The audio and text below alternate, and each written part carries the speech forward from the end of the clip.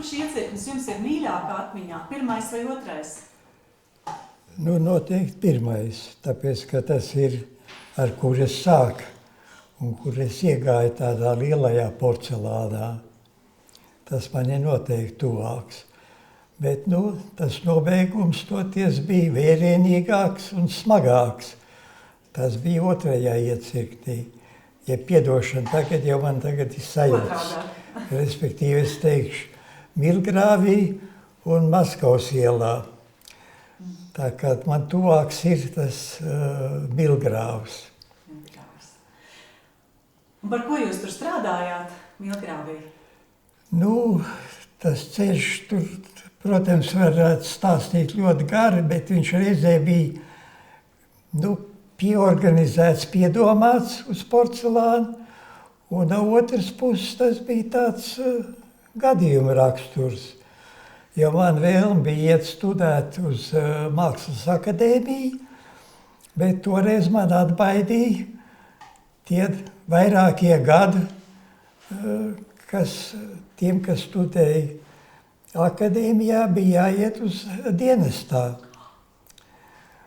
Un universitātē tur bija kara katedra un līdz ar to dienests atpalika. Nu, kā mācība priekšmets tikai palika. Līdz ar to man tā izvēle šajā sakarībā krīt uz universitāti. Un tur savukārt es izvēlējos smalkeramiku, tāpēc, ka tas man dvēselē bija tuvāks. Nu, un šādi tāda vēl blakus momenti, kas nospēlēja lomu, un līdz ar to es aizgāju studēt uz universitāti, uz ķīmijas fakultāti, uz smalkeramikas specialitāti. Un visi prakses gadi, jeb mēneši, pareizāk sakot, toreiz bija obligāti jānostrādā zināms skaits gadu tajā savā specialitātē, kur beidz. Nu, un tā man iznāca automātiski uz Rīgu un uz vienu no Rīgas porcelāna fabrikām. Nu, tur tādas sakritības dēļ bija daļēji pazīšanās ar toreizējo direktoru Skursteni. Nu, tāds daļēji pārkrievojies latvietis, bet ļoti tāds patriarchāls un taisnīgs, godīgs, tiešs.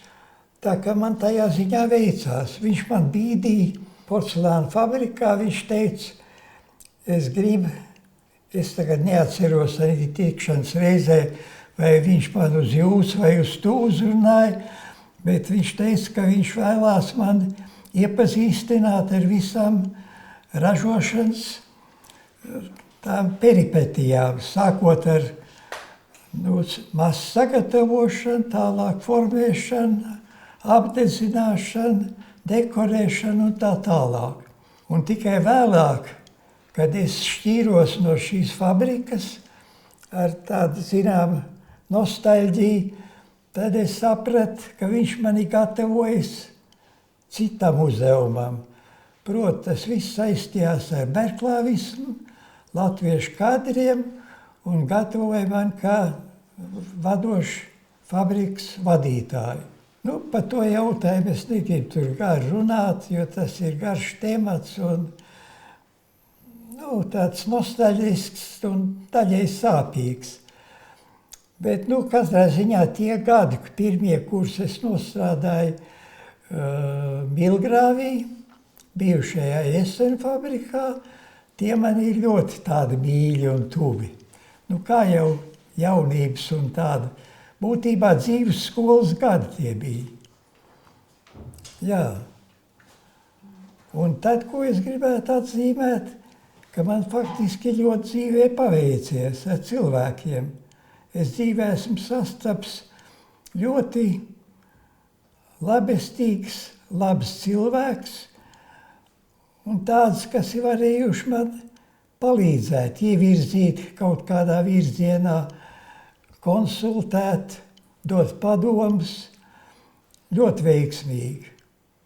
Nu, viena tāda, kas man katrā ziņā tajā darbā, kuram es veltīju par porcelānā daudz gadus un mīlestību, rakstīšanā, pētīšanā, uz to man ļoti pamudinājis un virzījis mākslinieks Zaurs, kurš nāca fabrikā mums kā tāds uz dažādiem līgumiem. Viņš realizēja savus darbus, skulptūriņas. Tad viņš dabūja no rūpnīcas šķīvus lielus, dekoratīvus, tos viņš apgleznoja un apstrādāja dažādā veidā. Tā kā ļoti interesanti man bija tā saskarsme. Un tas iecirknis toreiz bija tāds mazs sagatavotas, formēšanas cehs, bet pie tā bija ģipša modeļu iecirknis. Un tur bija 3 tādi augstākas kategorijas tie modelētāji, kas izgatavoja mātes formas dažādiem priekšmetiem, tādiem izstāžu priekšmetiem, formas, kas ir veseli, tā sakot, zināšana komplekss, kas tā no malas, saskaroties ar porcelānu, nemaz nešķīst, ka tādas problēmiņas sīkās visas ir. Un savukārt Zaurs, tāpat kā arī individuāli mākslinieki, nāca tur realizēt savus darbus. Tur bija tādi, kas 2 reizes gadā nāca no dzintara radošajām grupām, no visas savienības toreizējās, un, protams, arī Rīgas,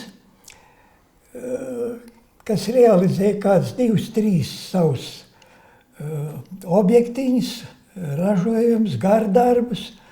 Viņiem taisīja formas, protams, ne viņi paši, bet uz kaut kādiem savstarpējiem sarunāšanām, vai tas bija šķidrā degviela, šņaba veidā, vai atstājot kaut kādas savus tos darbiņus, jo viņi paši neprat izgatavot formas un atliet viņas, izformēt, var sakot, viņas novest līdz galām. Bet bija daži, tajā skaitā, kā es minēju, Zaurs, bet vēl nāca tādi, uz kādiem pamatiem viņiem tā noruna bija un ar ko, bet, tā sakot, ar rūpnīcas vadību viņi realizēja savus darbus ne tikai ar tām radošajām grupām, bet atsevišķi. Bet tagad atgriežoties pie Zaura, man viss tā lieta interesēja, tā virtuve, un te viņš man vienreiz teica tā: Zigi, tu neskaties uz to porcelānu, uz tiem priekšmetiem, un tu neskaties, netausti, bet kā tu viņu dabūni rokā, griez apkārt, un viss ir tādā pakaļā viņiem. Visa interesi tur. Tur tu vari visu noteikt, tur tu autors var redzēt, kā tas ir gatavots, un tā tālāk, un tā tālāk. Un tā viņš man skoloja. Un es, protams, ne burtiskā nozīmē, bet reizē varbūt arī burtiskajā mutu vaļā klausījos. Es vēlāk tikai uzzināju, ka viņš bija pats kaislīgs kolekcionārs Zaurs. Viņam bija dažādi sarežģījumi. Viņš bija konsultants, oficiāls, neoficiāls, dažādiem komisijas veikaliem, kur pārdeva tos porcelāna priekšmets. Un pats viņš tur arī, kā mēs sakām, šeftēja. Viņam bija arī tur tādi sarežģījumi, tiesiski rakstur, to es nokonstatēju vēlāk, kad jau, tā sakot, bija vairāk materiāli pieejami, un pats viņš jau bija aizsaulē, bet tā nav būtiski lieta, tas neatiecās uz to, ko es no viņa iegūvu. Tātad viņš man pirmais iemācīja porcelānu skatīt no pakaļas. Un otrs, viņš man būtībā arī noved pie rakstīšanas. Jo viņš saka, tu pierakst, atzīmē sev visus tos sīkums. Tie viss var noderēt. Tu pats nevar zināt, kas tev vēlāk var noderēt. Un būtīgi no tiem gadiem ar viņu es sāku rakstīt tādu keramikas rokas dienas grāmatu. Tur nebija nekā cita, bet viss tas, kas attiecās uz keramiku fabriku, tiem padomiem, cilvēkiem, kurus es uzzināju.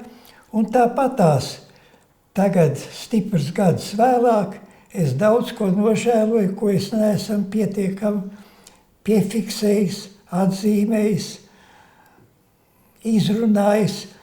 Jo, piemēram, tiek brauc realizēt savus darbus no tām Zinteru grupām, un kas paši bija, tur bija no Minskas, no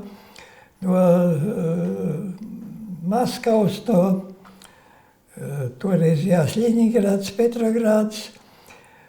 Var sakot, es toreiz nepiefiksēju ne viņu domas par saviem darbiem, ne par viņiem pašiem, un daudziem man vēlāk viss tas nogrims nebūtībā.